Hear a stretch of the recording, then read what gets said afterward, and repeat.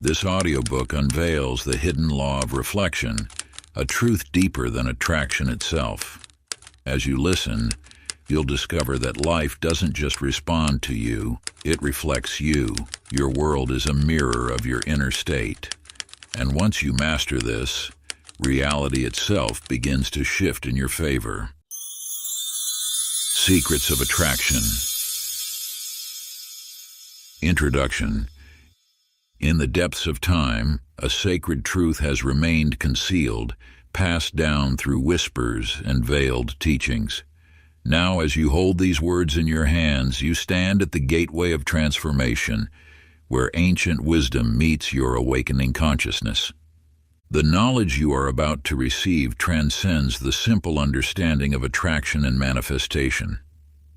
It reaches into the very fabric of existence itself, revealing a principle so fundamental that it has been hidden beneath layers of symbolism and metaphor, the law of reflection. This universal truth surpasses what you may have learned about the law of attraction, for it reveals that your outer world is not something to be pursued or chased.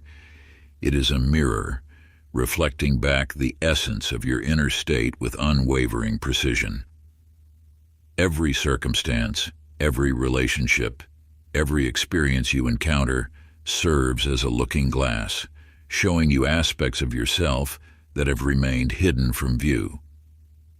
The universe, in its infinite wisdom, has designed existence as a grand mirror hall, where each moment reflects back to you the truth of your being. Your thoughts, beliefs, and most deeply held convictions are not merely attracting experiences, they are creating the very lens through which you perceive and interact with reality.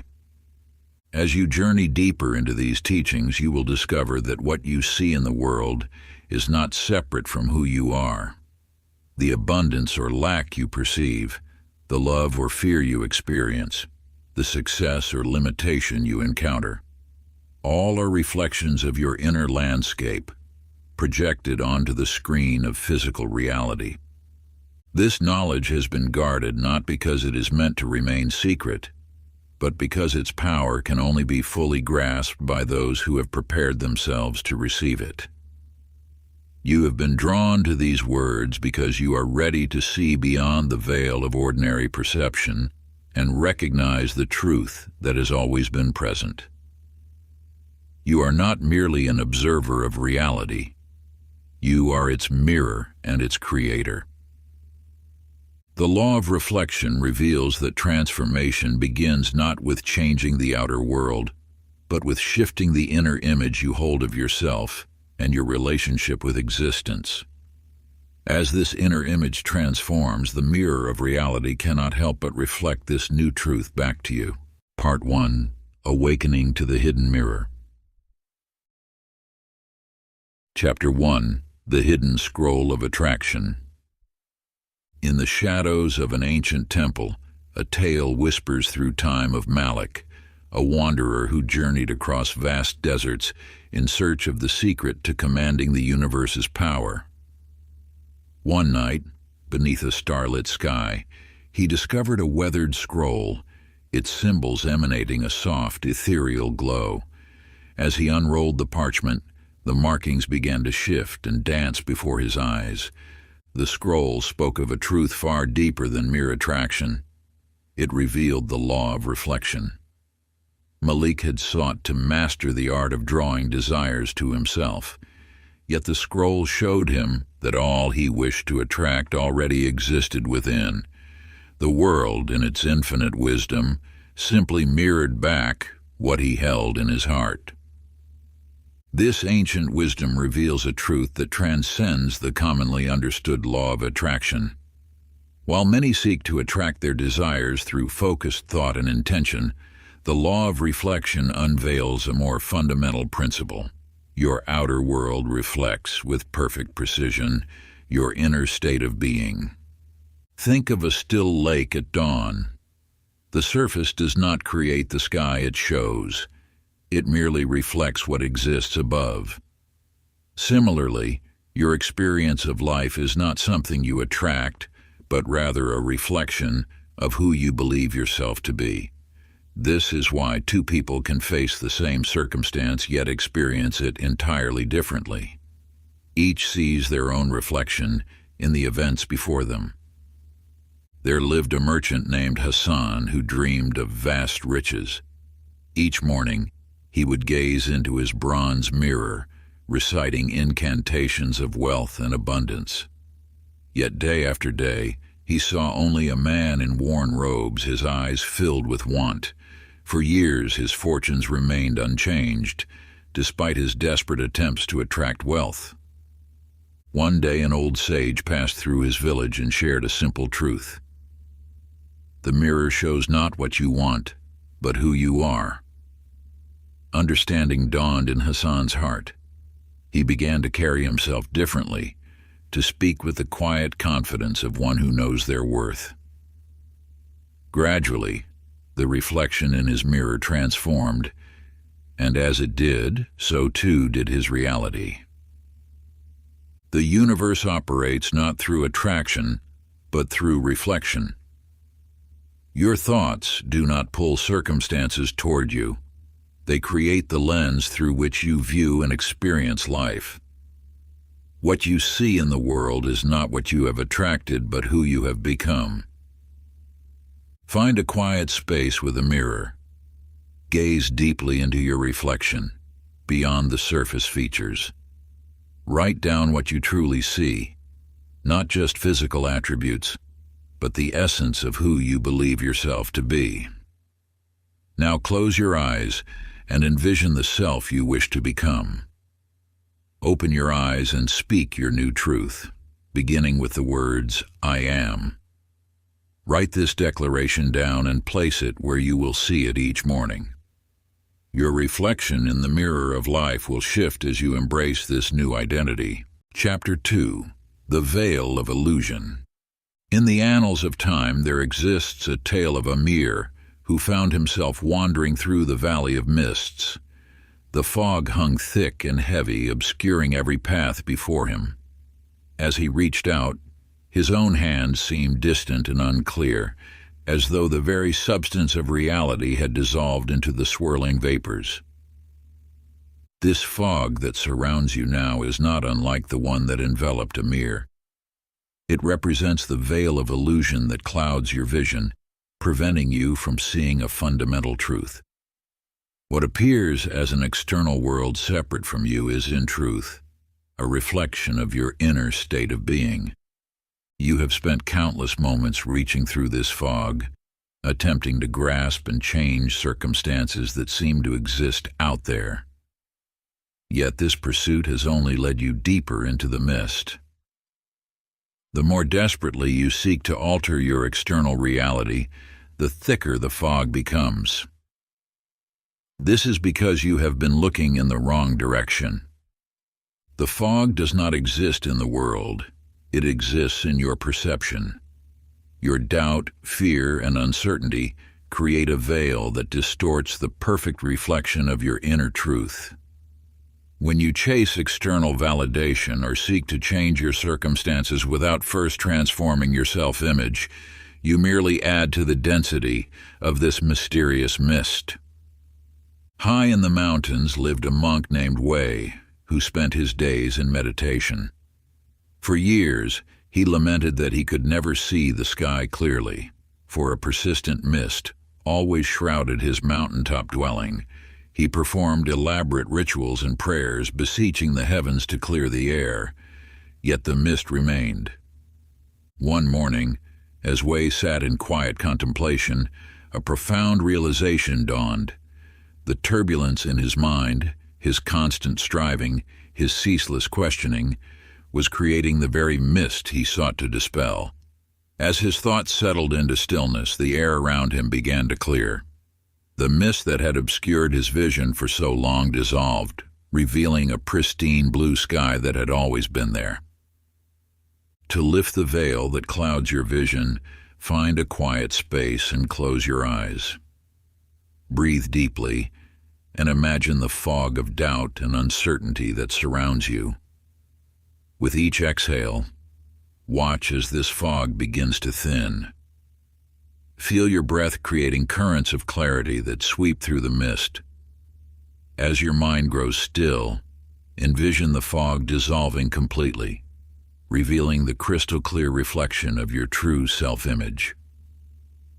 In this moment of clarity, you will see that the world has always been a perfect mirror, waiting for you to clear away the fog of illusion. Chapter 3. The Law Beyond All Laws.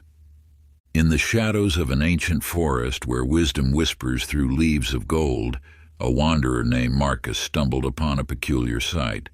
Beneath a towering oak sat a figure wrapped in robes of midnight blue, emanating an otherworldly presence. "You seek the law of attraction," the sage spoke, his voice carrying the weight of ages, "yet you chase shadows while missing the substance." Marcus, weary from his endless pursuit of manifestation, sank to his knees before the sage. What greater law could there be? "The law of reflection," the sage replied, tracing symbols in the earth with his staff. "It is the mother of all laws, the foundation upon which all attraction rests. What you call attraction is merely the echo of your own being, reflected back to you through the mirror of existence. The law of reflection stands as the primordial force from which all other universal laws flow. While the law of attraction speaks of drawing things toward you, it fails to reveal the deeper truth. Nothing is drawn to you that is not already a reflection of who you believe yourself to be. In the kingdom of Aldara, there lived a ruler known as King Solomon the Unfortunate. From birth, he had been told of a curse upon his lineage. Each morning he would wake to find new troubles in his realm: failed crops, rebellious subjects, empty treasuries. His advisors whispered that the curse was to blame, and Solomon believed them. One day, a mysterious scroll was discovered in the ancient library. Upon reading it, the king's eyes grew wide with wonder.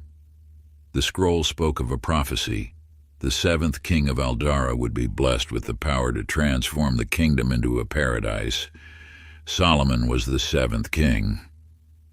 In that instant, his entire world shifted.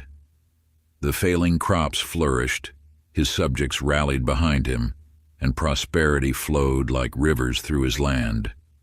Nothing in the external world had changed. Only Solomon's belief about himself had transformed. This truth lies at the heart of the law of reflection.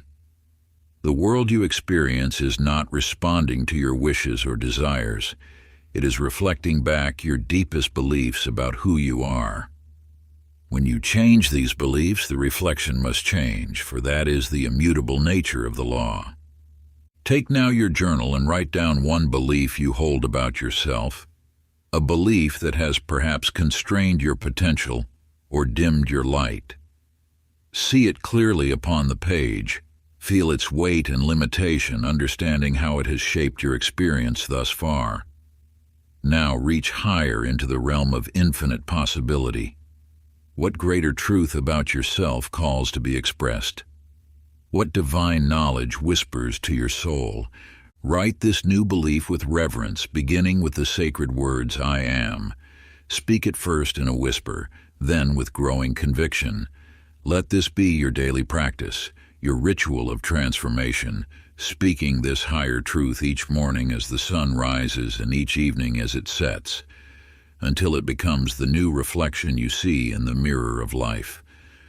For as you persist in this practice, the old belief will fade like morning mist, and your new truth will shine forth with undeniable power. Chapter 4. The world is not out there. Within the hallowed halls of an ancient temple, a young apprentice named Leon approached the renowned artist, Master Chen. Her arms were laden with scrolls of her finest work, each piece meticulously crafted to capture the perfect external form. "Master," she bowed, "I have studied technique for years, yet my art lacks the spark of life I see in yours. What secret do you hold?" Master Chen smiled, taking a blank scroll and a single brush. Without touching the paper, he closed his eyes and remained still. "Tell me, what do you see?" "Nothing, master. You haven't begun to paint." "Ah, but I have. The painting exists already. Here." He touched his temple. "The brush merely allows what is within to flow outward. The world you see is no different. You must understand this truth. Consciousness precedes manifestation. Just as a masterpiece exists first in the artist's mind, your entire experience of life emanates from within. The people you encounter, the circumstances you face, the outcomes you achieve, all are reflections of your inner assumptions about yourself and the nature of reality. In the valleys of the East lived a gardener named Wei, who cursed the heavens for his withered crops. "The weather betrays me," he would lament, watching his neighbors' gardens flourish. One morning, as he prepared to abandon his land, an old woman appeared at his gate. "The weather favors no one," she said, kneeling to touch the soil, "but the earth remembers how you tend it. Your bitter thoughts have soured the ground."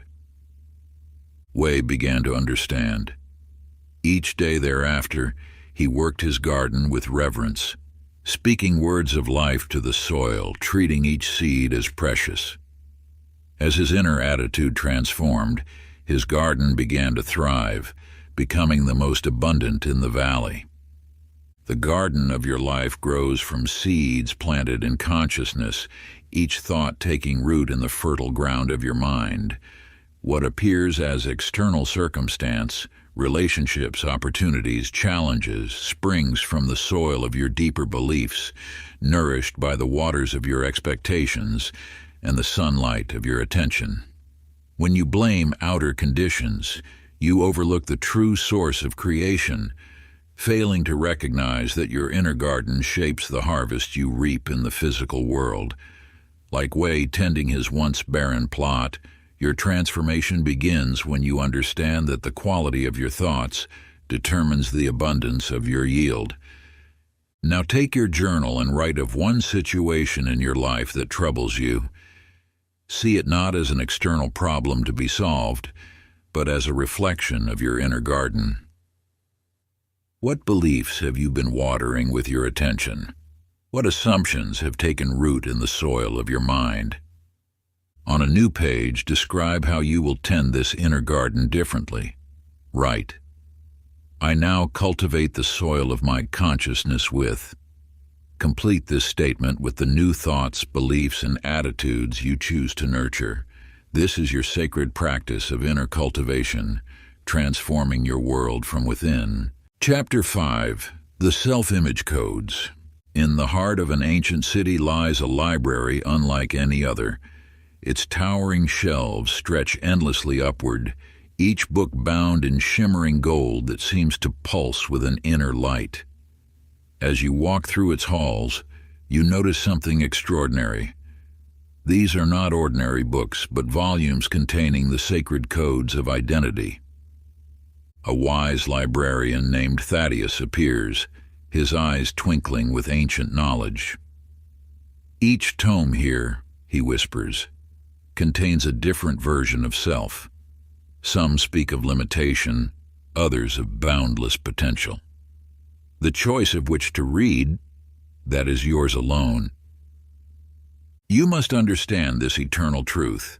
Within you lies a sacred library of self-image codes, written in the language of your deepest beliefs and assumptions.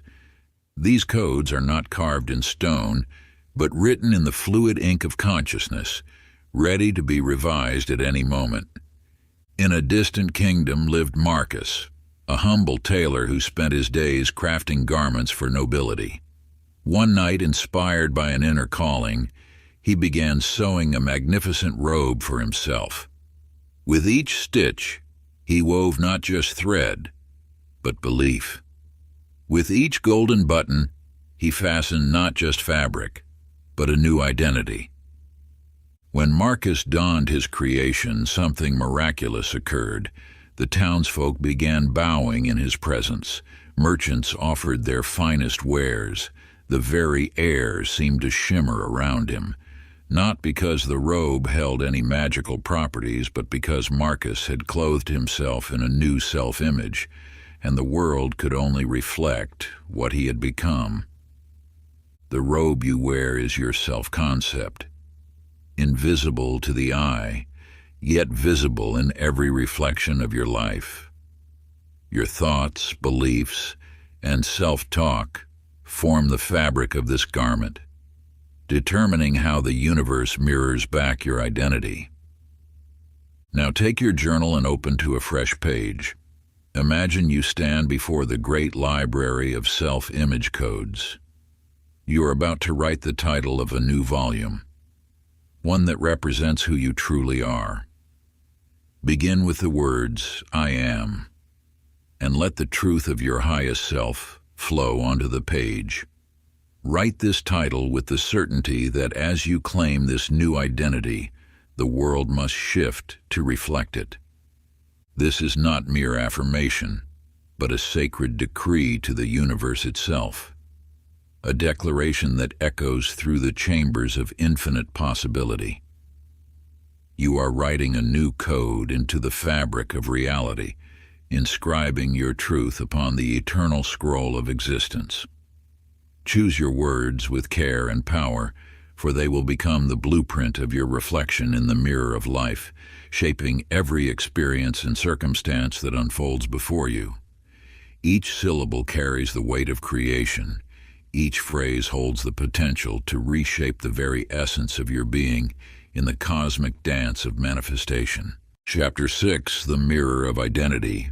In the quiet mountains of an ancient land there lived a sculptor named Ramin, who spent his days transforming rough stone into works of beauty. Each morning, he would select a block of marble and begin his work, believing he was creating something separate from himself. One dawn, as sunlight streamed through his workshop window, Ramin raised his chisel to begin a new piece. But as he struck the first blow, something extraordinary occurred. In the freshly exposed surface of the stone, he caught a glimpse of his own reflection. With each careful strike that followed, he noticed that the features emerging from the stone matched not just his physical form, but the very essence of who he believed himself to be. The universal law reveals itself through such moments of clarity. What you perceive as creation is actually revelation. Every circumstance, relationship, and outcome in your life is not being attracted to you. It is being revealed from within you, like a sculpture emerging from stone. In a bustling marketplace lived Sophia, a merchant known for her elaborate masks. Each day she would don a different facade. The successful businesswoman, the perfect mother, the gracious neighbor. Yet in quiet moments, she wondered why no one truly knew her. "Why can't they see past these masks?" she would ask her reflection. Years passed until one morning, gazing into her mirror, Sophia realized a profound truth. The world could only reflect back the face she presented. By hiding behind her carefully crafted masks, she had created a reality that could only mirror her disguise. This wisdom echoes through the ages, passed down by sages and mystics who understood the deepest truths of existence. The mirror of life cannot reflect what you conceal. When you present a facade to the world, whether through fear or habit, the law of reflection must honor that presentation, for it operates with perfect precision and unwavering accuracy. Your authentic power emerges only when you dare to stand unveiled before the mirror of existence, allowing your true essence to shine forth unobstructed by the masks of pretense. In this sacred revelation lies the key to manifesting your deepest desires and highest potential. Now take your journal and find a quiet space where you can be completely honest with yourself. Write down one role or identity you have been hiding behind, one mask you have worn to protect yourself or please others. It might be the perfect employee, the always strong one, or any other facade that no longer serves your highest truth. Once you have identified this mask, write these words: I now break the mask of your identified role. I stand revealed in my authentic power. Let these words serve as a sacred declaration to the universe that you are ready to see your true reflection in the mirror of life. Chapter 7. The Gateway of Perception. In the ancient lands of the East there lived a traveler named Karim, who always wore peculiar spectacles with darkened lenses. Through these glasses, the world appeared muted and gray. The vibrant markets seemed dull, the golden sunsets appeared ashen, and even the most beautiful gardens looked lifeless. Such a dreary world we live in, he would often mutter as he wandered from town to town. One day, while resting beneath an old olive tree, a gust of wind knocked the glasses from his face. As he reached to retrieve them, he glimpsed the world without his tinted lenses. In that moment, colors burst forth with such intensity that tears welled in his eyes. The truth struck him like lightning. The world had never been dim. His glasses had created the illusion. You must understand that perception is not a passive receiving of reality, but an active creation of it. Your mind does not merely observe, it interprets, filters, and shapes every experience through the lens of your beliefs. These glasses you wear are formed from past experiences, limiting beliefs, and unconscious assumptions about what is possible. Along the shores of an ancient lake lived Omar, a fisherman who struggled to catch even a single fish while others filled their nets. Day after day, he cast his nets into the same waters as the successful fisherman, yet returned home empty-handed. "There are no fish here," he would claim, staring into the seemingly empty waters. One morning, an elder fisherman approached Omar and spoke. "The fish have always been here. You must learn to tune your vision to see beneath the surface's reflection." He taught Omar to adjust his gaze, to look past the water's glare and into its depths. As Omar practiced this new way of seeing, the previously empty lake revealed schools of fish that had been there all along. The universe operates through this same principle, weaving its eternal wisdom into every moment of existence. What you perceive as reality is filtered through the lenses you wear, shaping not just what you see, but what you believe is possible. These filters, whether fear, doubt, unworthiness, or limitation, color everything you experience, casting shadows where light could shine and creating barriers where paths await. They become the very fabric of your perceived reality, determining not only what you see but what you allow yourself to receive. Just as Omar needed to tune his vision to see the abundance that was always present, you must recognize and remove the filters that distort your perception of life's infinite possibilities.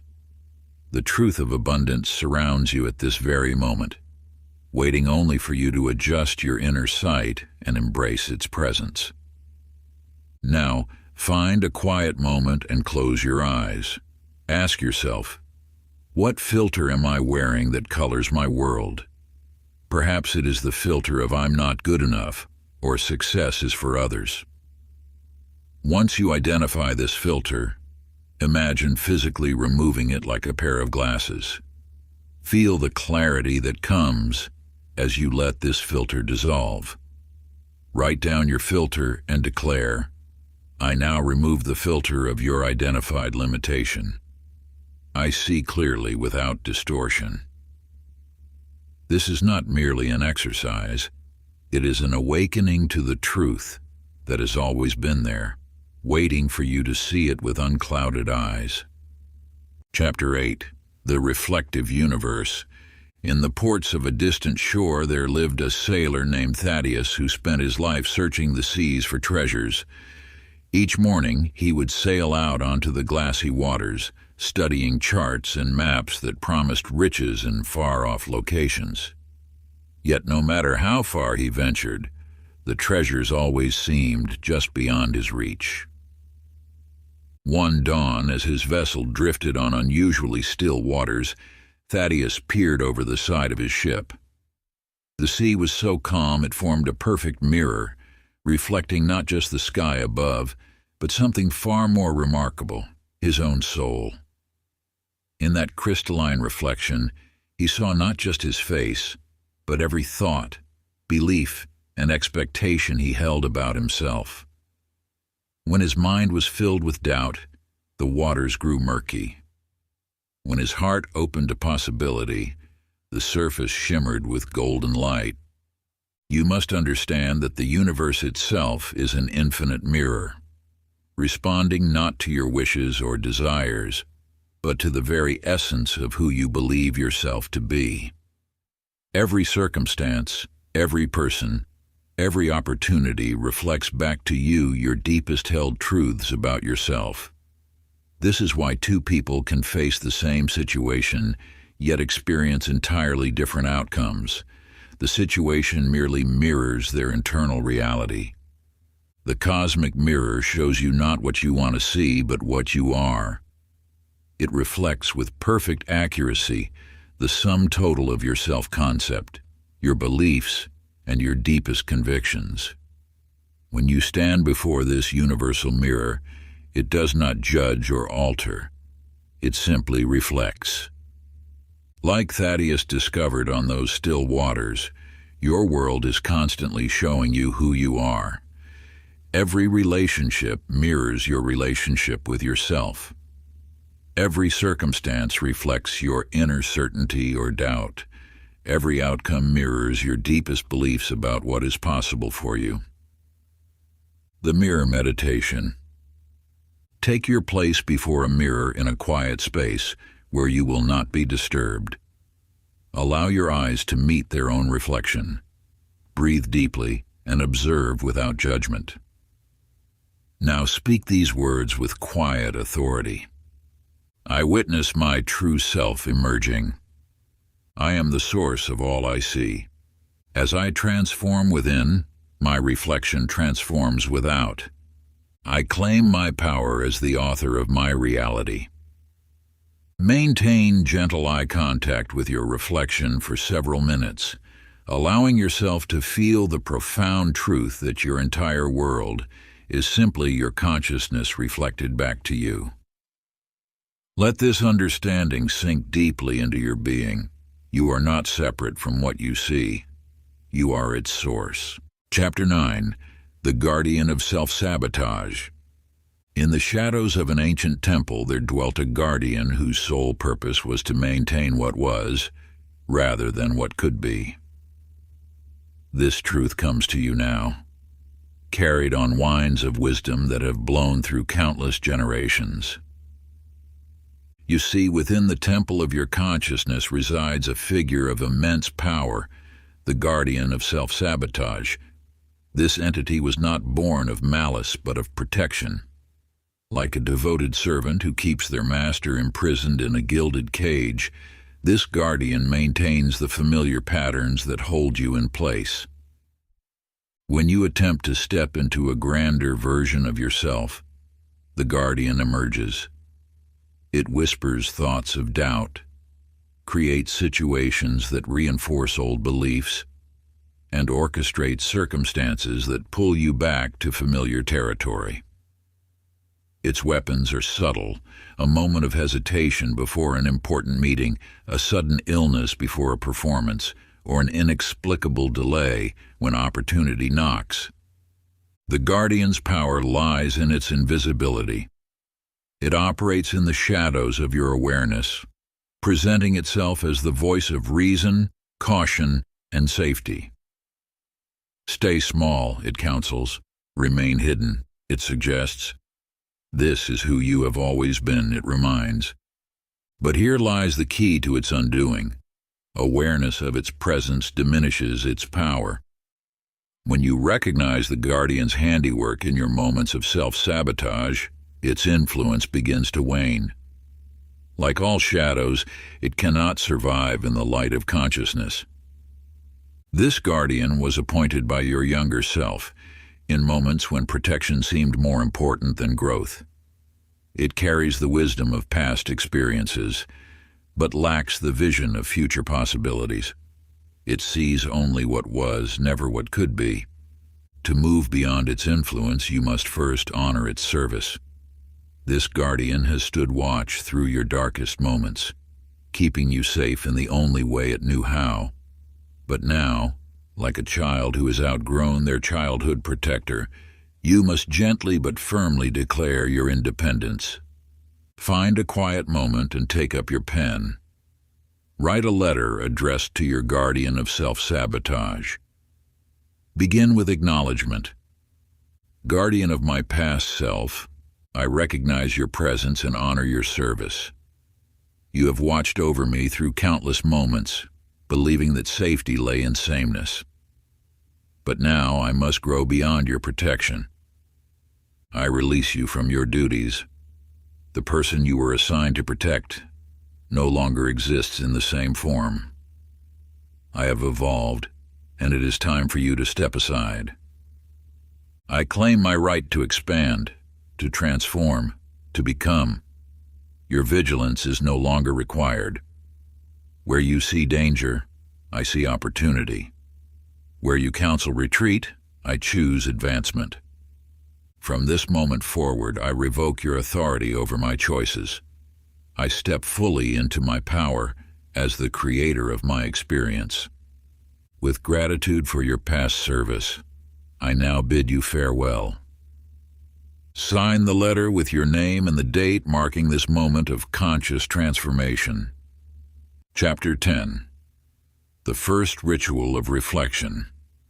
In the annals of ancient wisdom, there exists a tale of transformation that speaks to the very essence of spiritual awakening.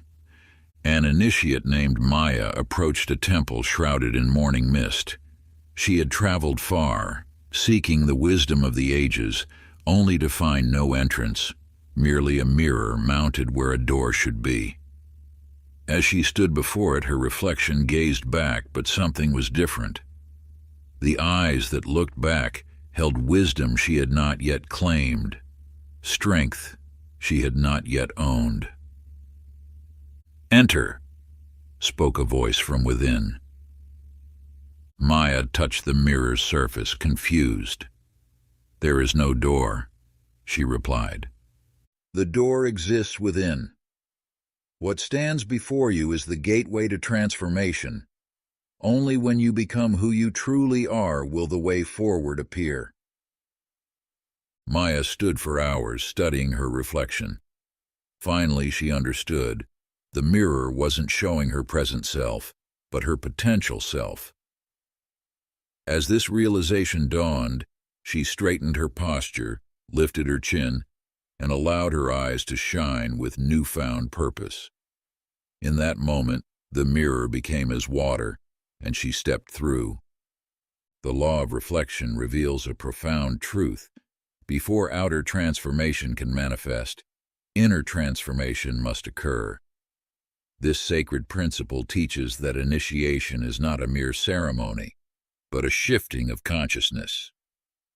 When you stand before the mirror of existence, you must first become in consciousness what you wish to see, reflected in experience. Consider the tale of Ibrahim, a pilgrim who ventured into the cave of shadows. He carried a lantern, believing it would light his way through the darkness. Yet as he descended deeper into the cavern, his lantern flickered and died. In that moment of darkness, he discovered a light emanating from within himself, a light far brighter than any earthly flame could provide.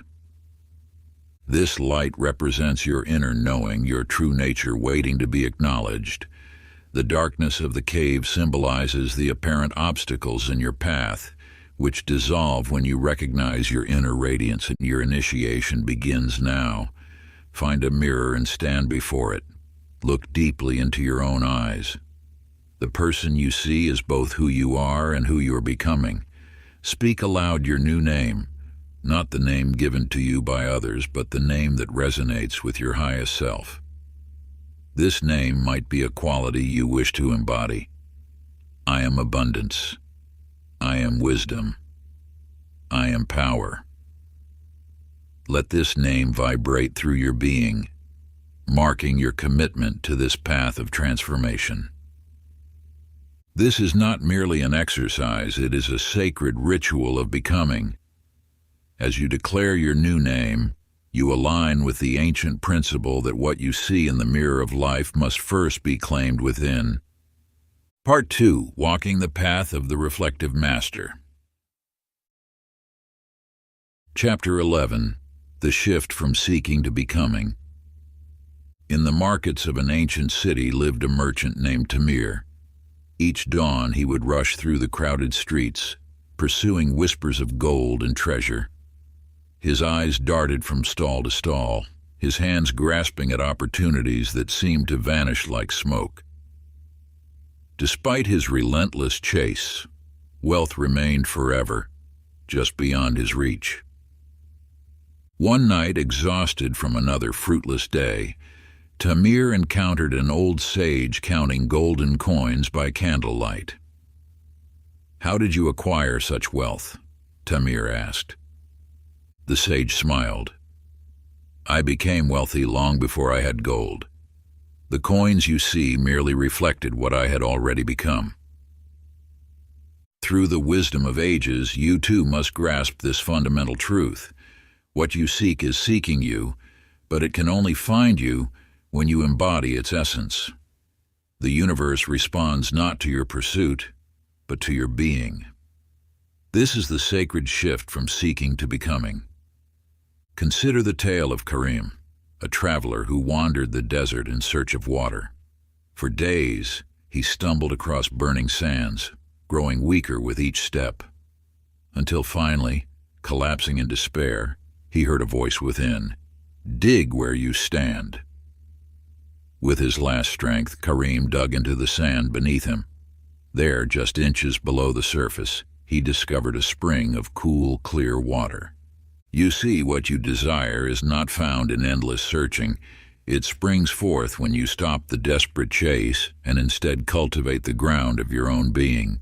The water Karim sought was always beneath his feet, just as your desires already exist within you.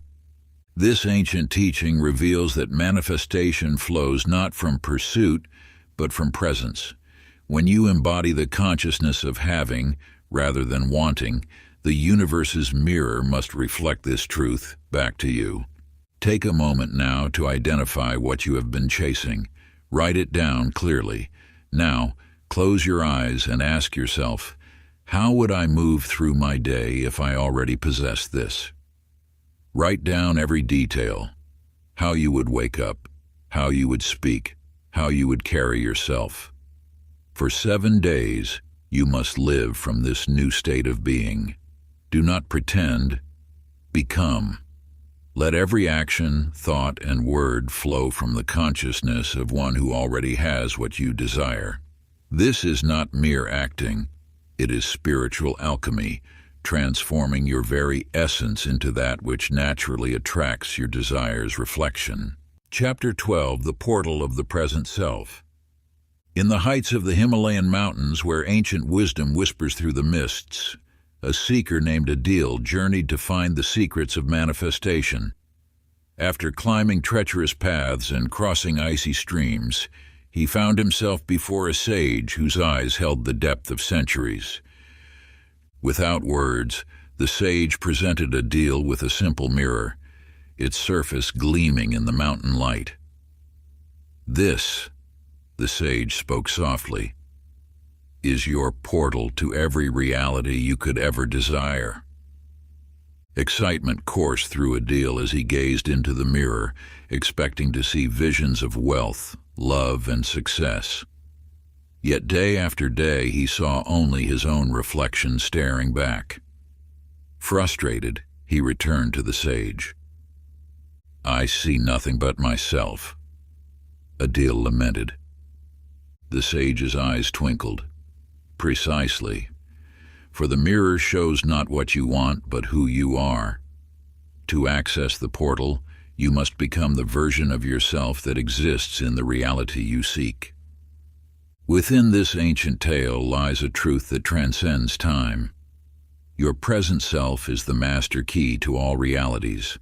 Like a deal, you may seek change in the mirror of life, yet find only familiar reflections.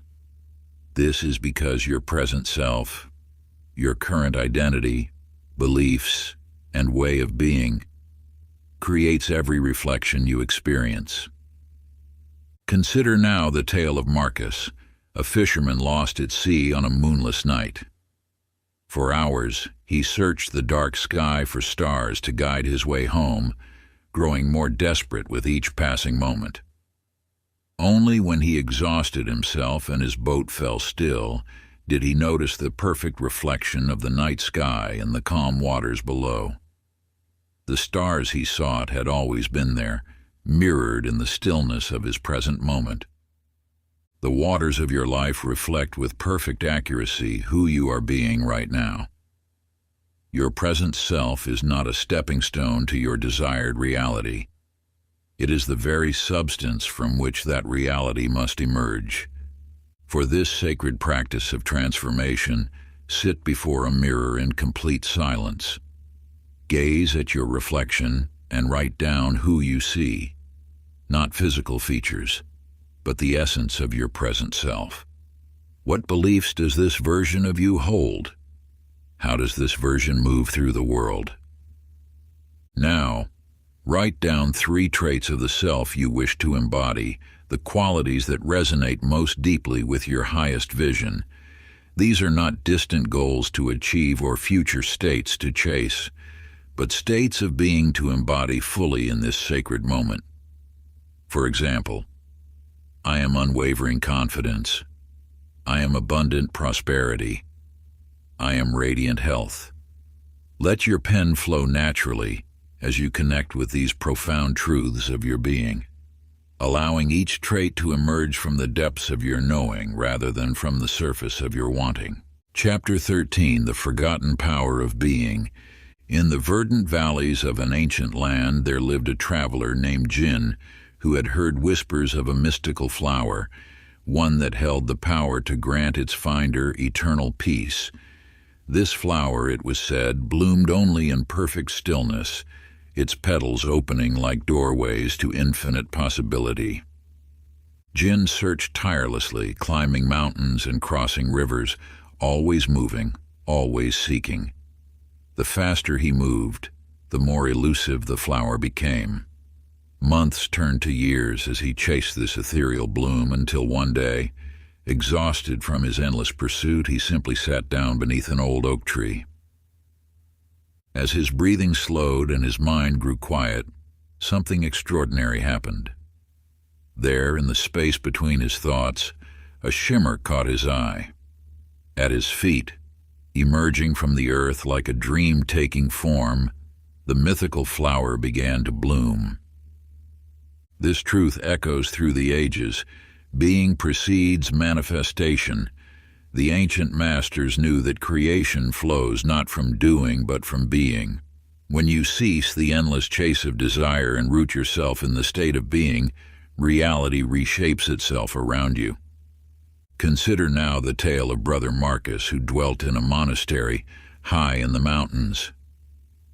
For 40 days he sat beneath a fig tree, entering the state of pure being.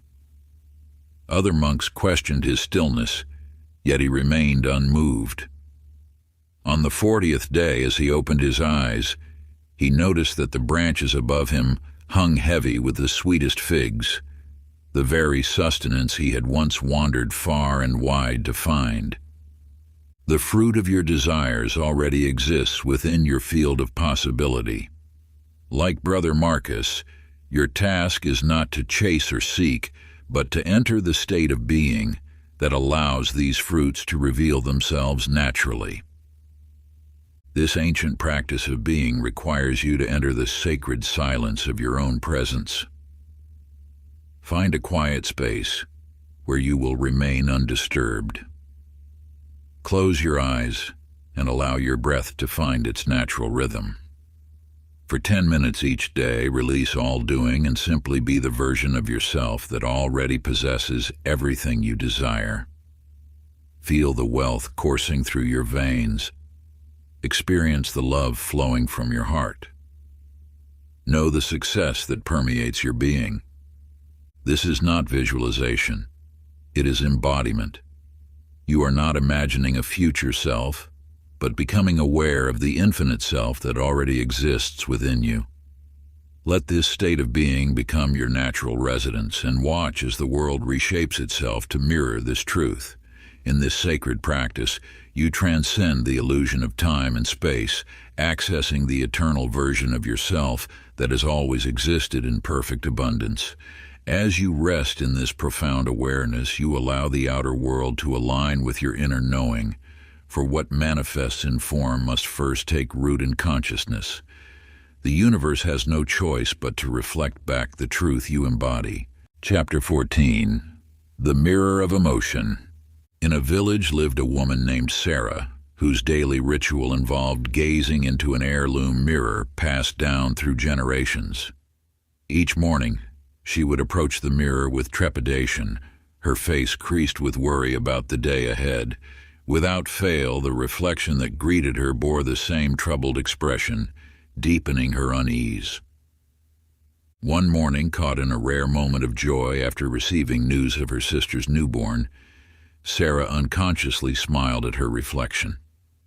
To her amazement, the mirror seemed to radiate warmth, her reflected joy multiplying the light in her eyes.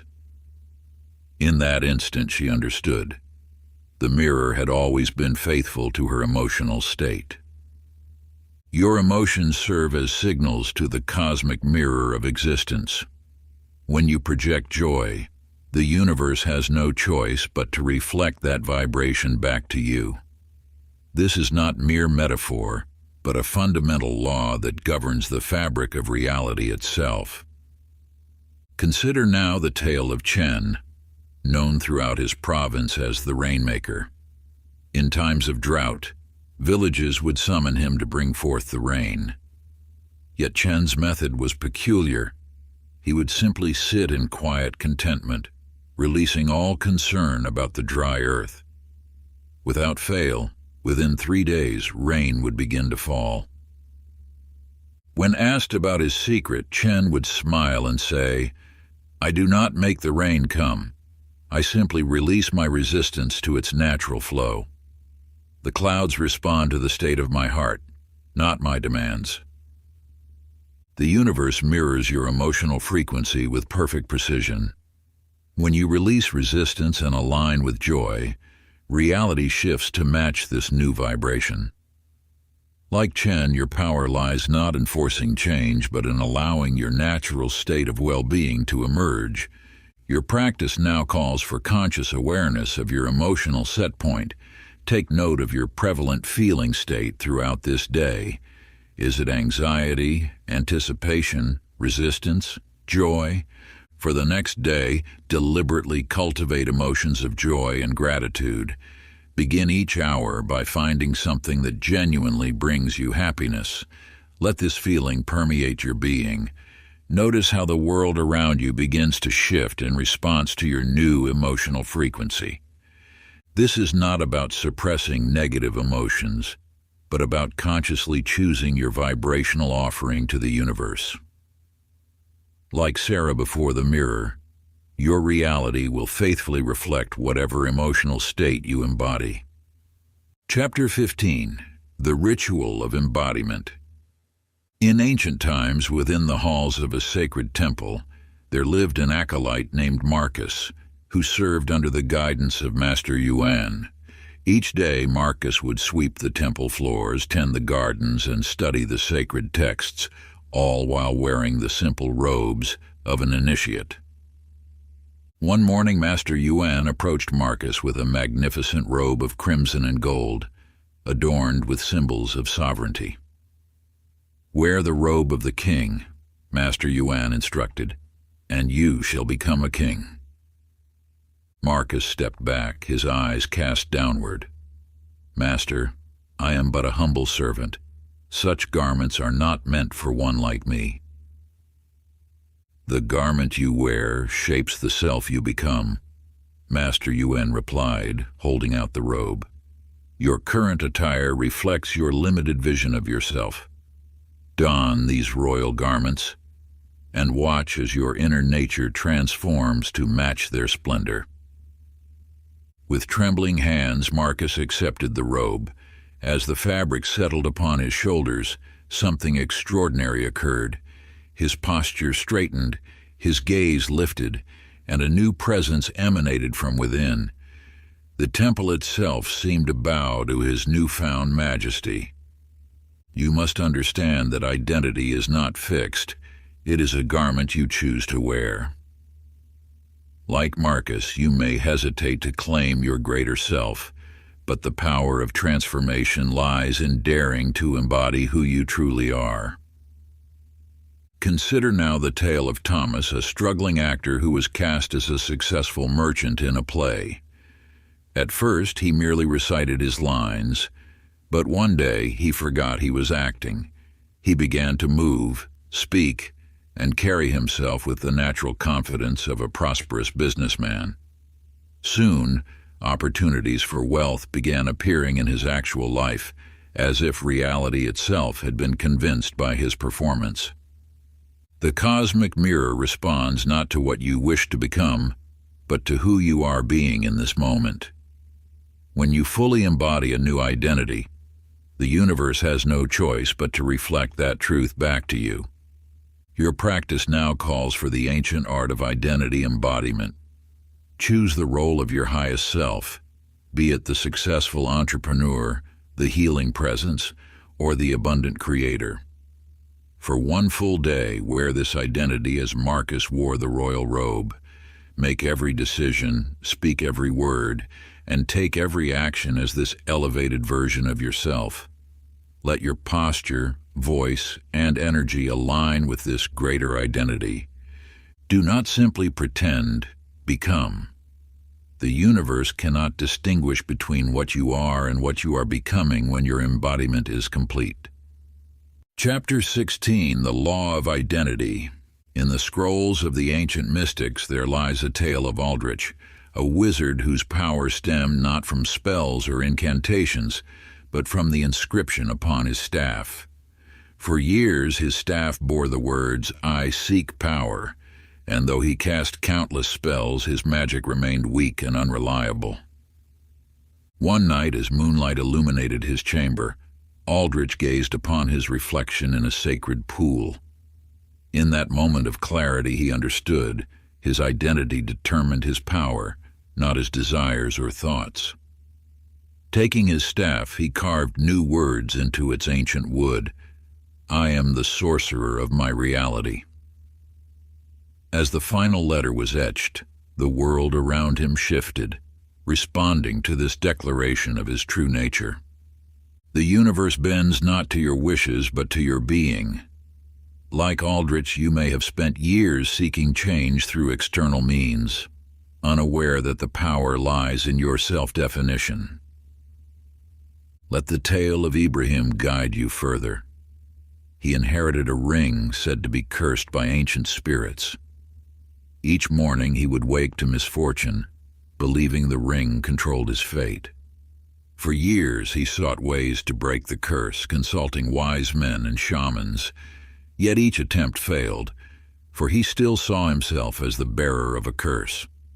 One day Ibrahim stood before his mirror and spoke words that would transform his world. "I am the master of my destiny, not this ring or any other force."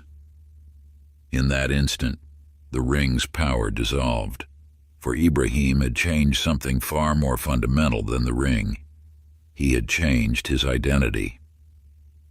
These ancient teachings reveal a truth hidden in plain sight.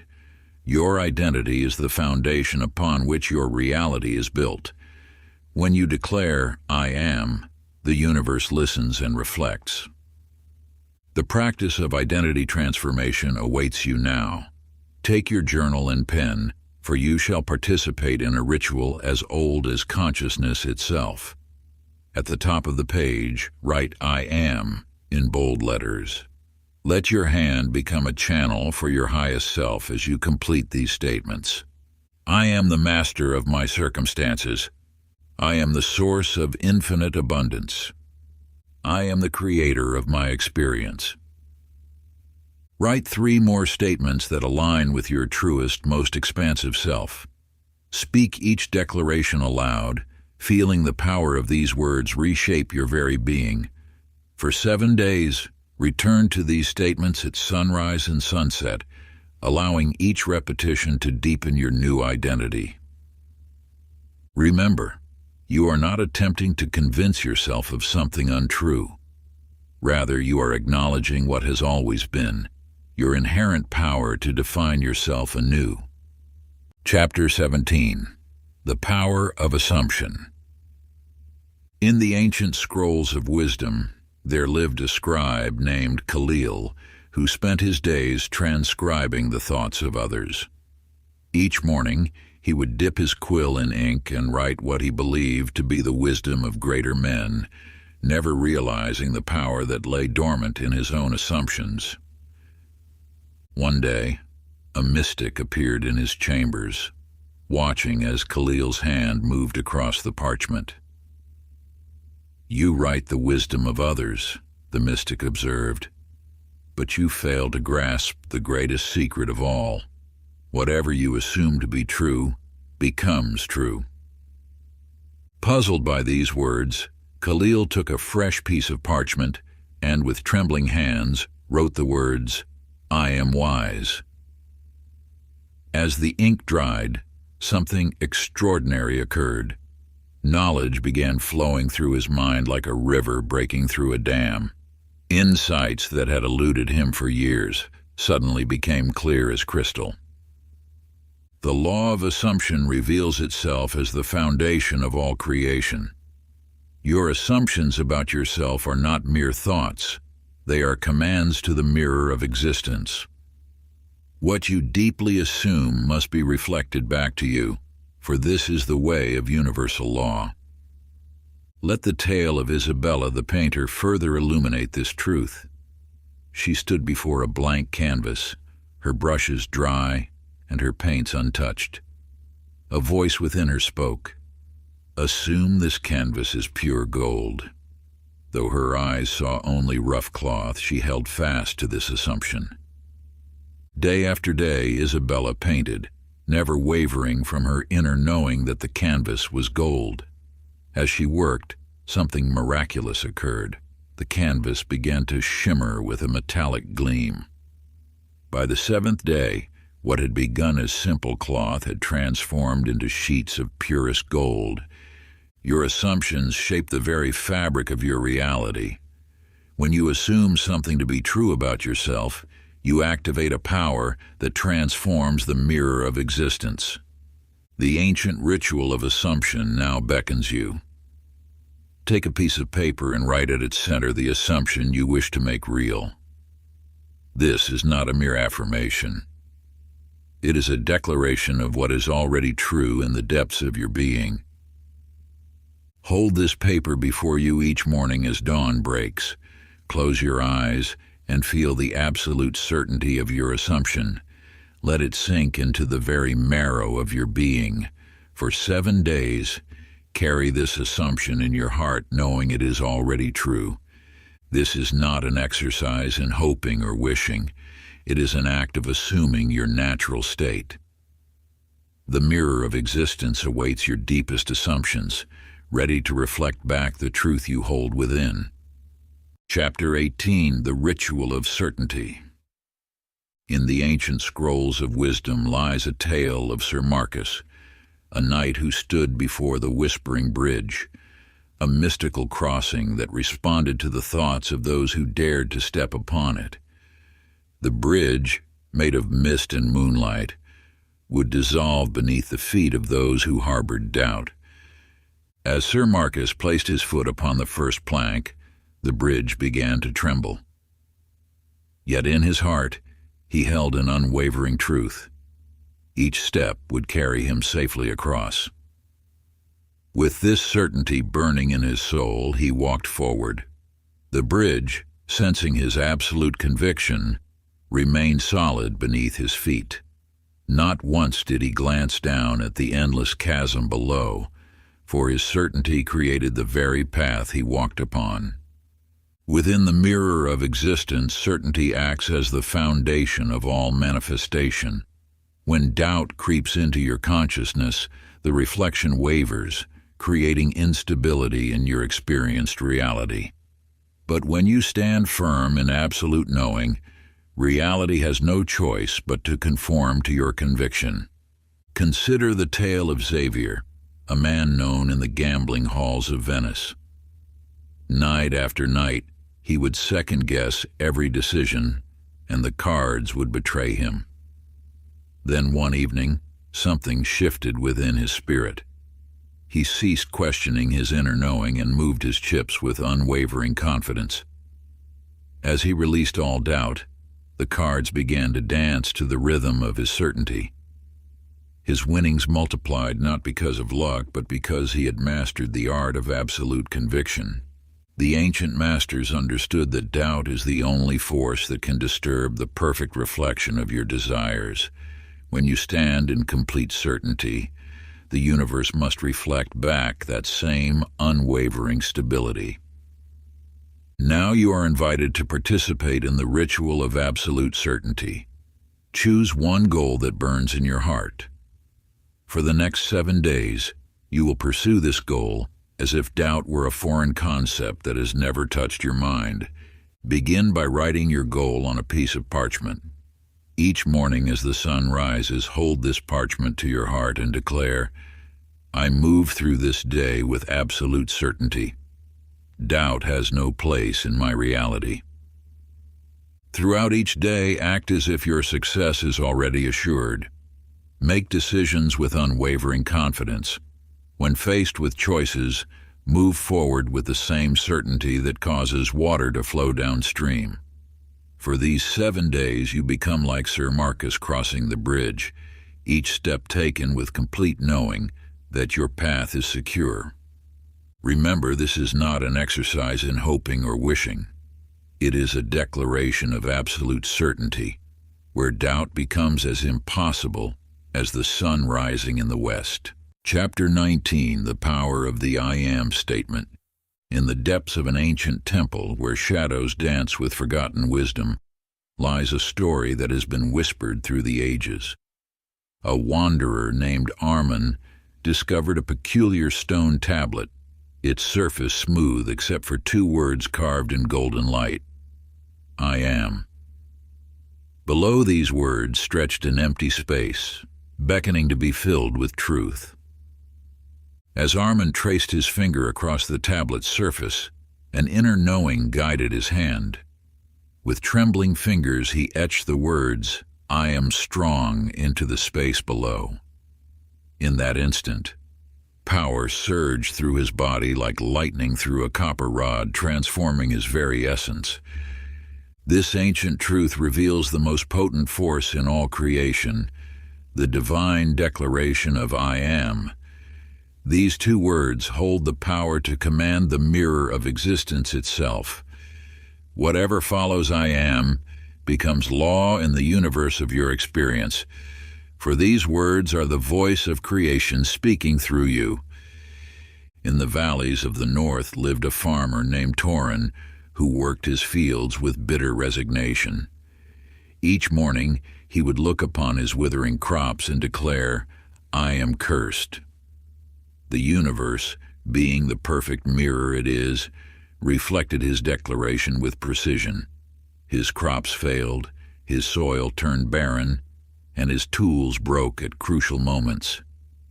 Then came the day when an old woman passed by his farm. Seeing his despair, she shared a secret passed down through generations. Change your declaration, and you change your reflection. That evening, Torin stood in his fields and spoke new words into existence. I am blessed. Within days, the very soil seemed to awaken to his new truth. His crops flourished, The rains came at perfect intervals, and his harvest exceeded all previous years combined. The mirror of reality responds not to what you want, but to what you declare yourself to be. I am is the chisel with which you carve your reflection in the mirror of existence. It is the brush with which you paint your reality. It is the instrument through which the universe knows how to reflect your truth. Now you are invited to participate in the sacred practice of declaration.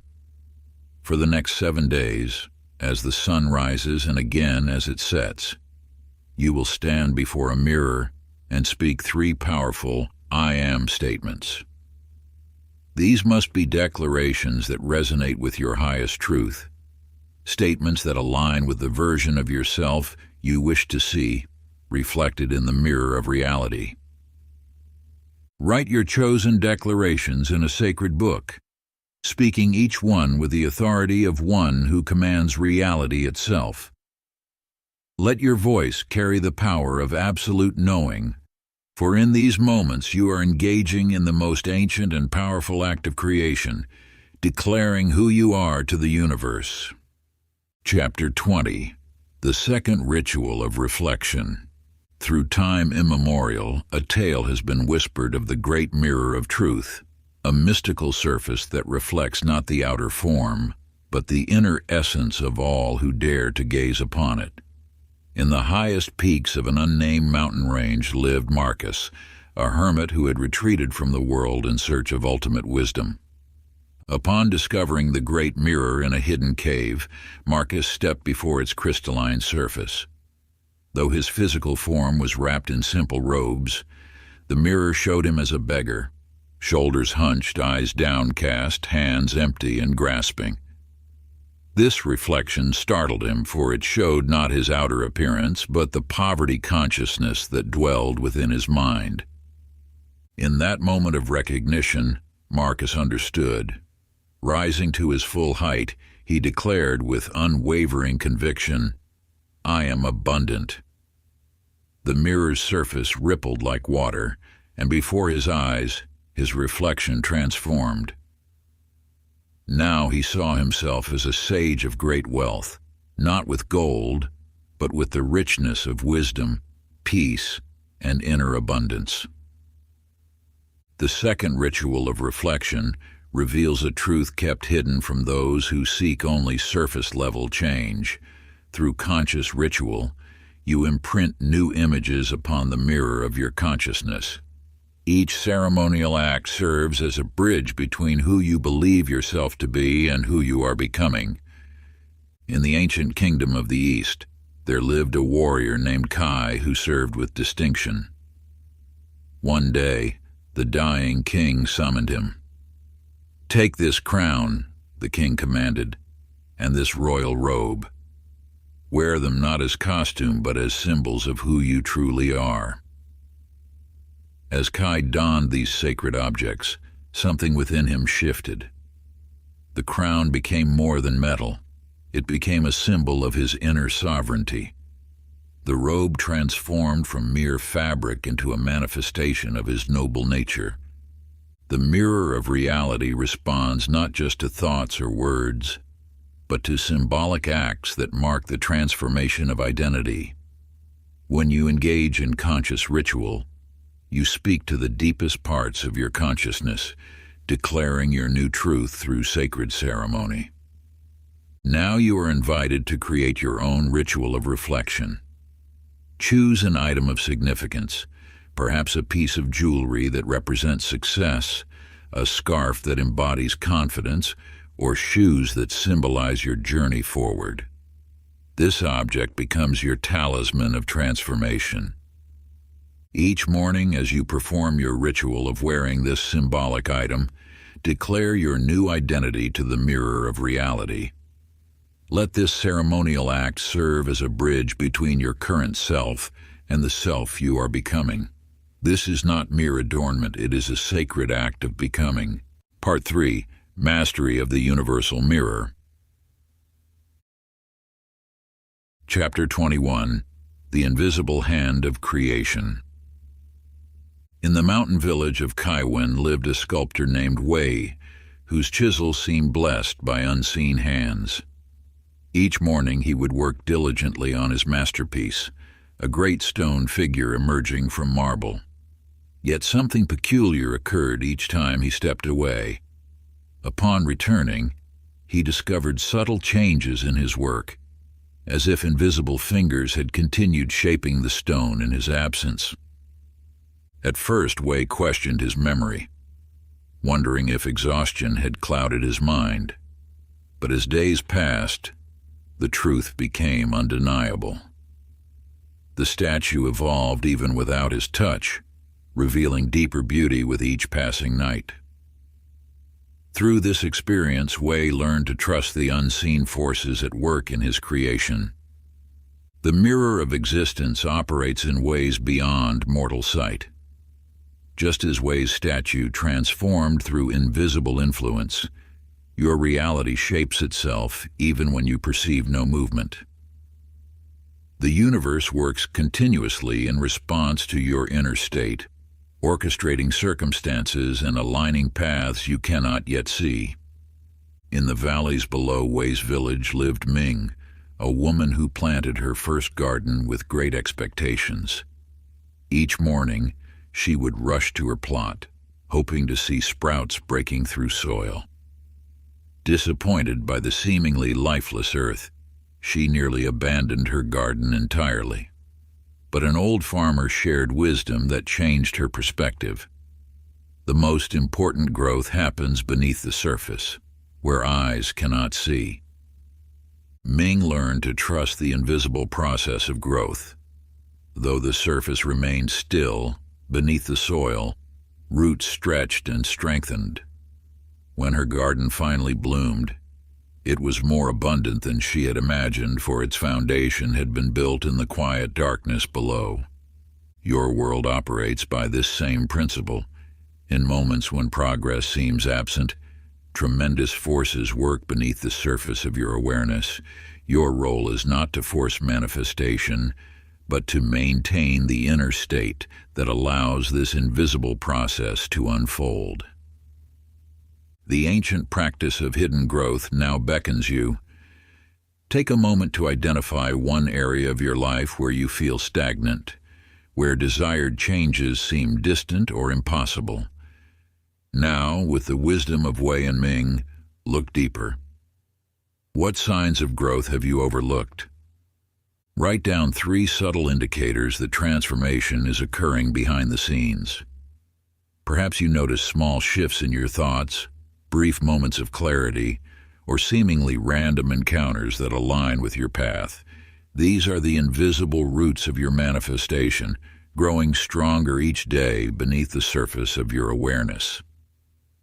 Like the sculptor who learned to trust the unseen hand, and the gardener who understood the power of hidden growth, you too must develop faith in the invisible processes that shape your reality. For it is often in moments of apparent stillness that the greatest transformations take root. Chapter 22, The Golden Key of Imagination. In the ancient city of Theos lived a young boy named Amir, whose grandfather presented him with a peculiar gift, a golden key adorned with mysterious symbols. This key, his grandfather whispered, can unlock any door in existence. Excited by the promise, Amir rushed through the city, trying the key in every lock he found. Yet door after door remained steadfastly shut. Discouraged, Amir returned home and sat in quiet contemplation. As the sun set, casting long shadows across his room, he closed his eyes in meditation. In that moment of stillness, he perceived a different kind of door, one that existed within his mind. With newfound understanding, he inserted the golden key into this inner door, and suddenly his consciousness expanded into realms of infinite possibility. The key you seek is not of metal and mechanics, it is the power of your own imagination. This faculty, so often dismissed as mere fantasy, stands as the ultimate creative force in the universe. When you truly understand this truth, you realize that imagination is not an escape from reality. It is the very blueprint from which reality is built. In the artist's quarter of Theos lived Isabella, a painter known for her mysterious technique. Before touching brush to canvas, she would sit for hours with eyes closed, her hand moving through empty air as if painting on invisible cloth. Others mocked her method until they witnessed her work, for when she finally opened her eyes and began to paint, her creations emerged with supernatural perfection, as if they had already existed in some higher realm. Isabella had discovered what masters throughout time have known: that creation happens first in the mind's eye. She did not paint to discover what would emerge. She painted to transfer what was already complete in her imagination. This truth extends far beyond art. It governs all manifestation. The world you experience is but a reflection of what you have first created in your imagination. When you truly grasp this principle, you understand why the ancient texts speak of imagination as the eye of God. Now you are ready for the imagination lock-in practice. Find a quiet space where you will remain undisturbed for 5 minutes. Choose one goal that burns in your heart, one reality you wish to manifest. Close your eyes and begin to construct this reality in vivid detail within your mind. See not just the end result, but feel the emotions that accompany its achievement. Notice the colors, hear the sounds, feel the textures of this new reality. Let your body experience the joy, the satisfaction, the absolute knowing that this is now manifest. Add layer upon layer of sensory detail until this imagined scene feels more real than your present circumstances. Hold this vision with the same clarity that Isabella held her paintings before touching brush to canvas. This is not mere visualization. It is the actual moment of creation, for what you imagine with such clarity and feeling must, by universal law, find its reflection in the mirror of physical reality. Chapter 23. The Portal of Identity Shift. In the ancient scrolls of Akasha, there is written a tale of Marcus, a weary traveler who stumbled upon ruins deep within the mountains. Among crumbling pillars stood a shimmering doorway, its surface rippling like water caught in moonlight. Without hesitation, Marcus stepped through and found himself in a life he had only dreamed of living. In this new reality, he was no longer a wanderer but a respected teacher, sharing wisdom with eager students. His clothes, his demeanor, even his thoughts were different. Yet he had not traveled through space or time. He had simply stepped into alignment with a different version of himself. This truth lies at the heart of all transformation. You need not build a new reality brick by brick. You need only step into alignment with the version of yourself who already exists in that reality. Every possible version of your future self exists now, in this moment, waiting for you to claim it. In the marketplace of Damascus, there lived a servant named Khalil, who was tasked with maintaining the king's ceremonial robes. One day, finding himself alone in the royal chambers, he slipped on these magnificent garments. As the silk settled upon his shoulders, something remarkable occurred. His posture straightened, his voice deepened, his thoughts expanded. By nightfall, he found himself speaking with wisdom that surprised even himself.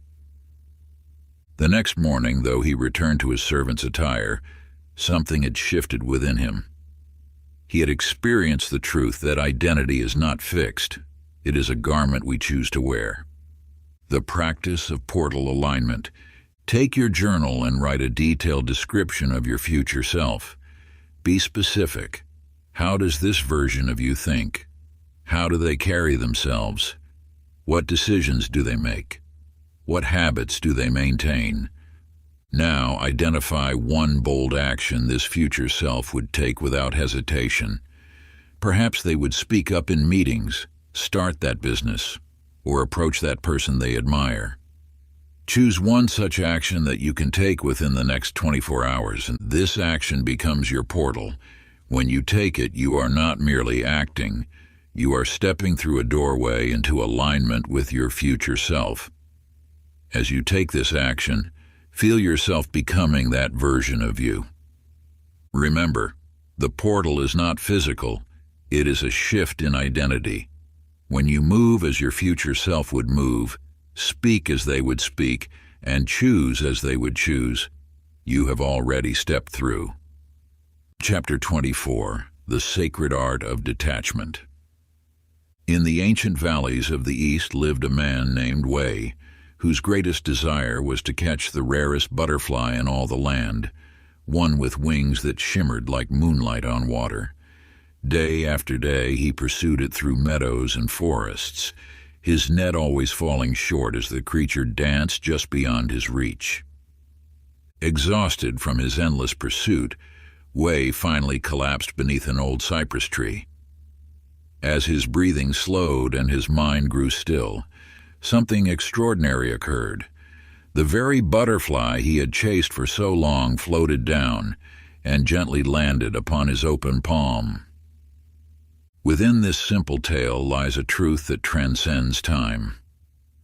What you chase often eludes you, while what you release returns of its own accord. The universe operates through paradox. The more desperately you grasp, the more life slips through your fingers. In the northern mountains there lived a hunter named Jin, who tracked prey by pursuing their tracks relentlessly. Yet his quarry always sensed his approach and fled before he could draw near. One day, overcome with frustration, Jin surrendered the chase entirely. In that moment of release, something shifted within him. His senses opened, and he found himself aware of every rustle of leaves, every subtle movement in the forest. He had become one with the woods itself, no longer a hunter, but a presence in harmony with all things. This wisdom reveals the deeper truth of manifestation. It is not through grasping that you obtain what you seek, but through releasing the very need to possess it.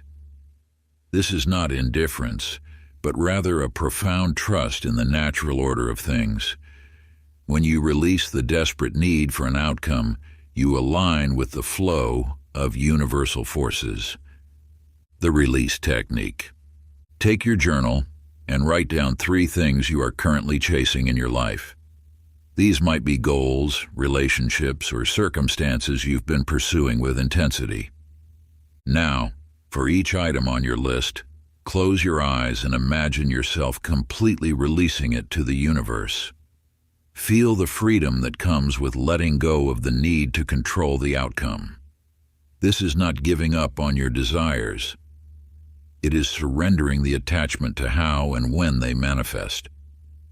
Finally, shift your focus entirely to the present moment. What can you be grateful for right now?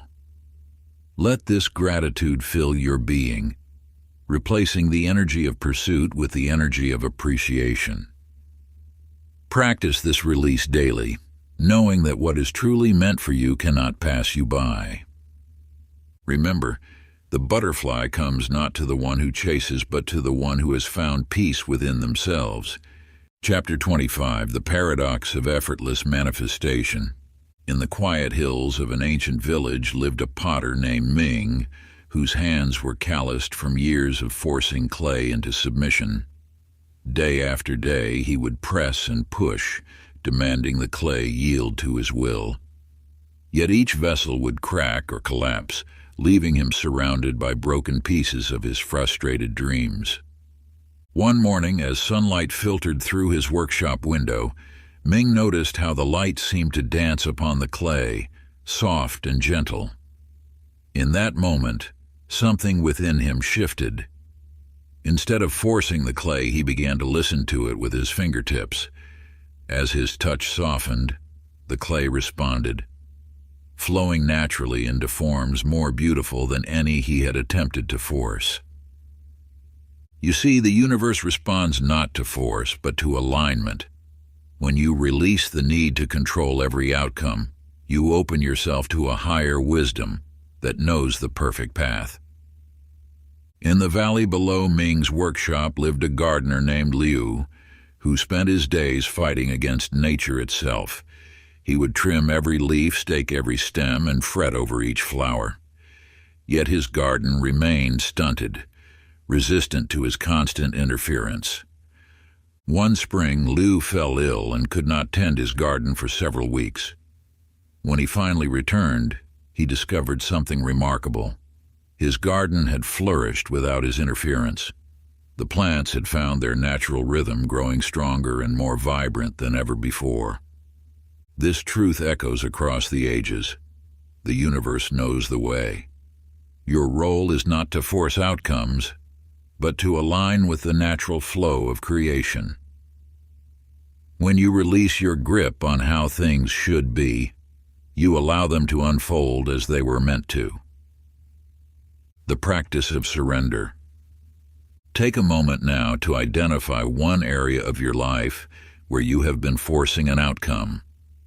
Perhaps you're pushing too hard in your career, a relationship, or a personal goal. Write this down in your journal. For the next 7 days, you will practice the art of surrender in this area. This does not mean becoming passive. Rather, it means shifting from forced action to inspired action. Each morning, ask yourself, what gentle step feels natural today? Take only those actions that arise from a place of inner guidance. Release the need to control every detail. Trust that the universe knows the perfect timing and path. Each evening, record in your journal how this practice of surrender feels. Notice the subtle shifts that occur when you release your grip and allow life to flow through you rather than forcing it to bend to your will. Like Ming's clay and Liu's garden, your desires will take their perfect form not through force, but through gentle alignment with the universal flow. Chapter 26, The Shadow of Self-Sabotage. In the heart of a sleepy village lived a builder named Thomas, whose hands were skilled in the art of construction. Each day he would lay stones with precision, watching his house rise steadily toward the sky. Yet each morning he would discover the foundation mysteriously dismantled, as if some unseen force had worked through the night to undo his progress. What Thomas did not realize was that in his sleep, he himself would rise and remove the very stones he had placed. His conscious mind built while his unconscious mind destroyed, a reflection of the deep doubt that lived within his heart. You see, the world mirrors not only your conscious intentions, but also your hidden fears. When you declare, "I will succeed," while harboring the belief, "I am unworthy," the mirror reflects both truths in perfect balance. In a distant kingdom lived a young boy named Samuel, who dreamed of building the tallest tower in the land. Each afternoon he would carefully stack his wooden blocks, reaching ever higher. But as twilight approached, a strange thing would occur. A younger version of himself would appear, crying out, "No!" and knocking down the tower with small, angry hands. This younger self was not a phantom, but a part of Samuel that still lived within him, carrying the wounds and fears of earlier days. Until he embraced and healed this past version of himself, his tower could never stand. The ritual of integration. Take your journal now and find a quiet space where you will not be disturbed. Close your eyes and visualize the part of yourself that resists your progress, your inner saboteur. What does it look like? How does it feel? Open your journal and begin a dialogue with this aspect of yourself. Write as yourself, then allow your inner saboteur to respond. Ask it, "What are you trying to protect me from? What do you fear will happen if I succeed?" What reassurance do you need to feel safe? Listen deeply to its responses, letting each word emerge naturally onto the page. This is not your enemy, but a vital part of you that needs to be heard, understood, and integrated into your whole being. Write down its concerns without judgment or resistance, for in understanding lies the sacred path to wholeness. Let compassion guide your pen as you explore the depths of its fears and motivations. Continue this transformative dialogue until you feel a subtle yet unmistakable shift in the energy between you and this aspect of yourself. You may notice a softening, a warming, or a new sense of clarity emerging. Remember, the goal is not to banish the saboteur or force it into submission, but to transform it into a powerful ally on your journey. Through acceptance and integration, what once held you back can become the very force that propels you forward. Chapter 27, The Master's Vision. In the misty peaks of an ancient mountain range, there lived a wise teacher who presented his students with an extraordinary challenge. One by one, he would lead them to a narrow path spanning a deep canyon, blindfold them, and ask them to cross. Many refused, trembling at the thought. But there was one student, Marcus, who stood calm and centered. When asked why he showed no fear, Marcus replied, "I have walked this path 1,000 times in my mind. My feet know every stone, every curve, every step. Though my eyes are covered, my vision is clear." With unwavering confidence, Marcus crossed the canyon, stepping as surely as if he walked on solid ground. Those who watched held their breath, but Marcus never faltered. For in his mind, the path was as real as the air he breathed. You see, the mirror of reality responds not to what your physical eyes perceive, but to what your inner vision holds with absolute clarity. When you see with the eye of your mind, reality bends to match your vision. In a distant valley lived an artist named Elena, who was commissioned to paint the grandest mural ever seen. Instead of rushing to her canvas, she spent days in meditation, seeing every detail of her masterpiece in her mind. Others mocked her apparent idleness, but Elena knew that true creation begins in vision. When she finally lifted her brush, her hand moved with supernatural precision, for she was not creating. She was simply revealing what already existed in her mind. The mural emerged exactly as she had envisioned, a perfect reflection of her inner sight. Now you are ready for the practice of clear vision. Find a quiet space where you will not be disturbed.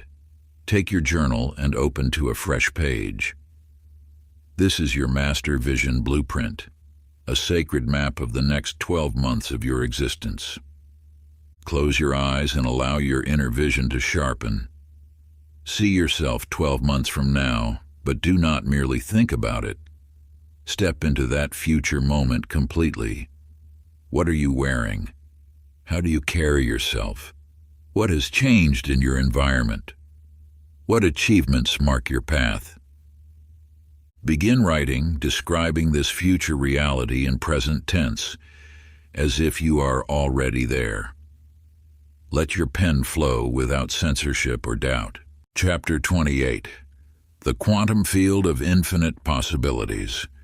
In the heart of an ancient village lived a young boy named Elias who spent his nights gazing at the countless stars above. Each evening, he would climb to the highest hill, lie back on the cool grass, and watch as the celestial lights painted stories across the darkened sky.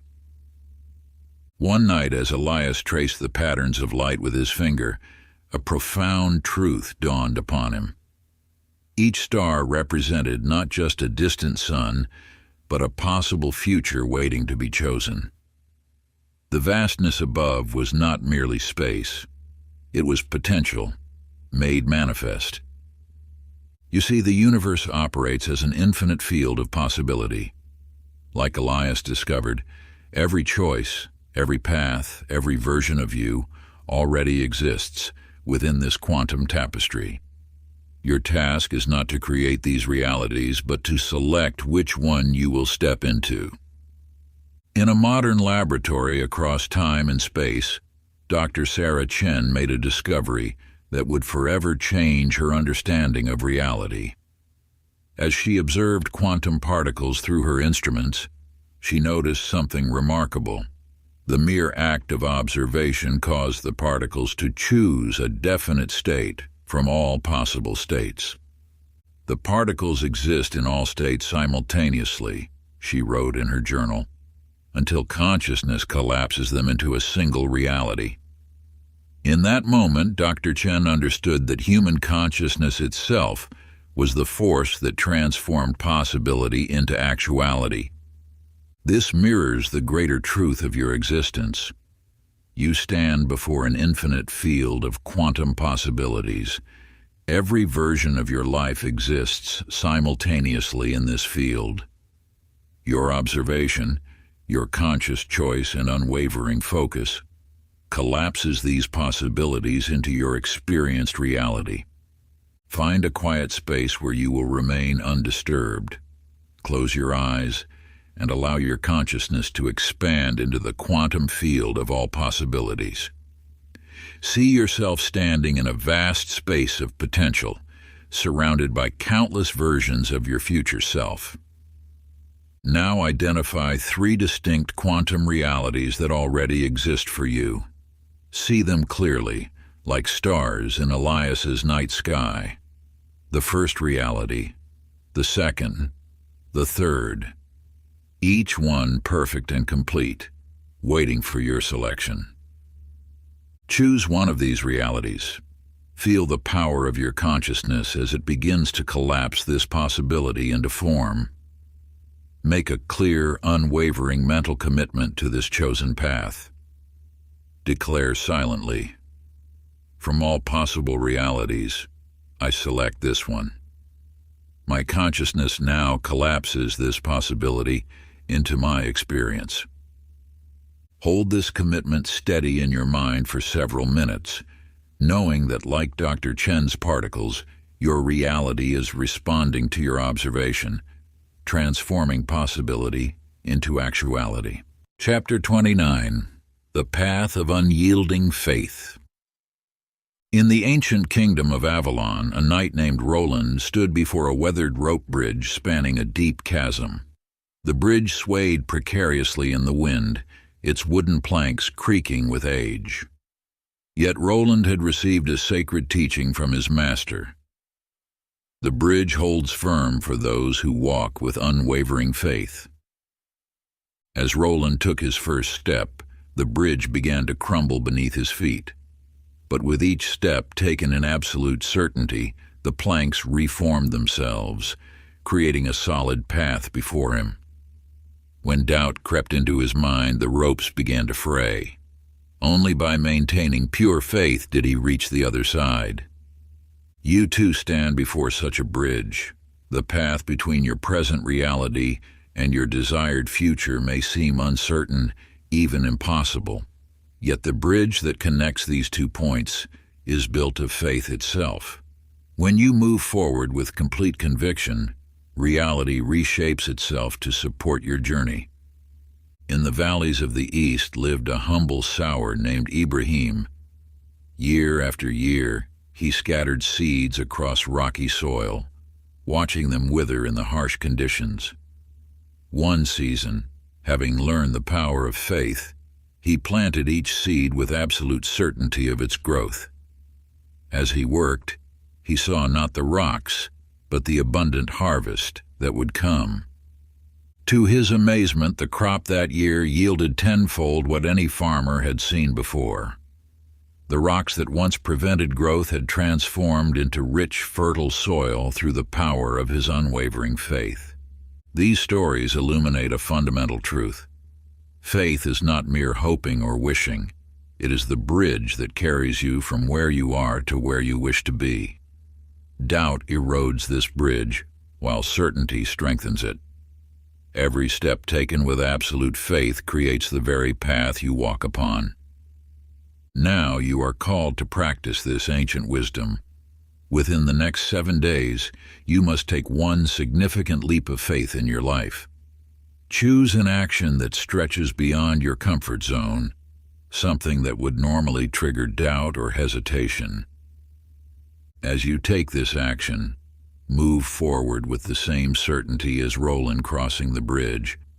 Know that your faith itself creates the path. Act as if success is not merely possible, but inevitable. Feel the solid ground forming beneath each step, supported by your unwavering conviction. Document your leap of faith in writing, describing both the action taken and the certainty you maintained throughout.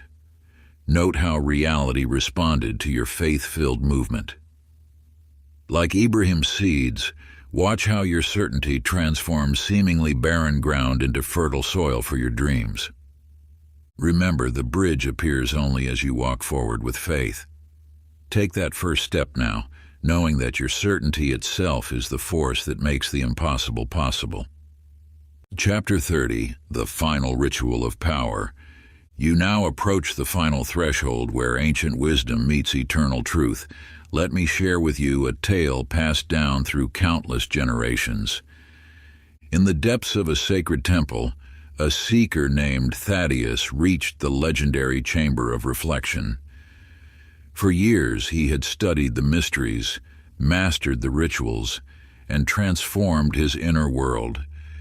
Yet one test remained. As he pushed open the heavy golden doors, he found himself in a circular room where a single mirror stood, its surface rippling like liquid starlight. The mirror showed not his physical form, but the truth of his being. In its depths, he saw both who he was and who he could become.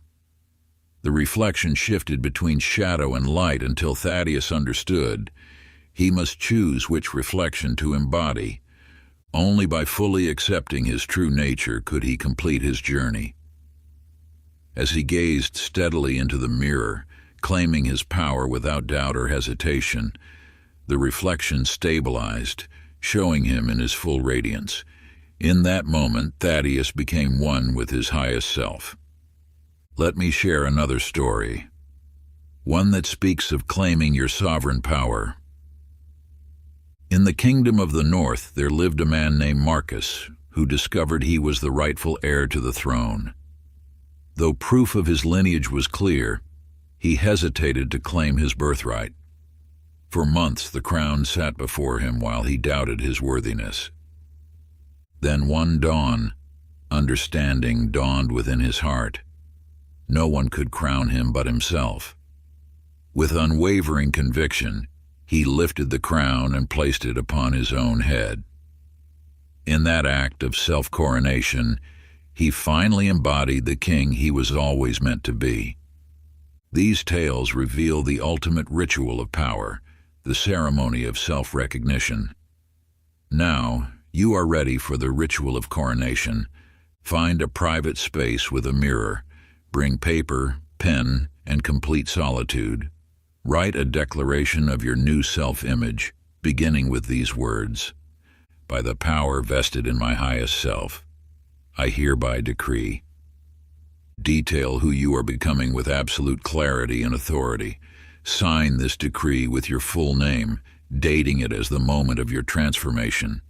Stand before the mirror holding your decree. Look deeply into your own eyes. Read your declaration aloud 3 times, each time with growing conviction. As you speak, feel the power of your words creating ripples through the fabric of reality itself. This is not merely an exercise, it is a sacred moment of claiming your true identity.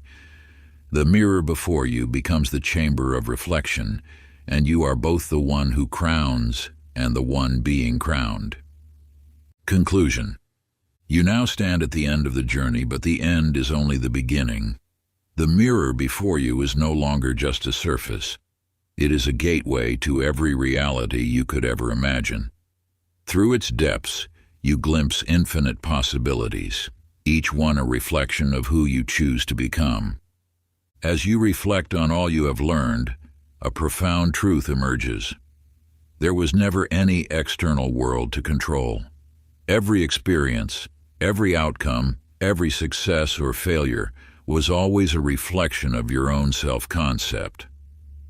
The world you perceived as out there was merely showing you who you believed yourself to be. This book was not meant to give you new knowledge. Its purpose was to awaken the wisdom that has always resided within you. Like the ancient sages who passed down these teachings through generations, you have discovered that the power lies not in acquiring more, but in remembering what you already possess. You have become the master of the universal mirror. No longer do you chase dreams or seek validation from the outer world. You understand that manifestation occurs not through force or struggle, but through the simple act of being. When you embody your highest self, reality has no choice but to reflect that truth back to you.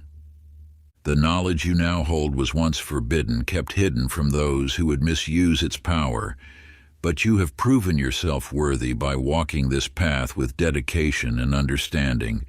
You have learned that true power lies not in controlling others or manipulating circumstances, but in mastering your own self-concept. As you step forward into your new life, you carry within you the sacred wisdom of the ages. You are the living embodiment of these teachings, and your very existence will serve as a mirror for others to recognize their own power. Every day presents a new opportunity to live from your higher self, to choose again who you wish to be, and to let reality reflect that choice back to you. You are now the keeper of this forbidden knowledge. Use it wisely, knowing that your every thought, belief, and assumption shapes the reflection you see in the universal mirror. If you enjoyed this exclusive audiobook, I handpicked this next book which will change your life.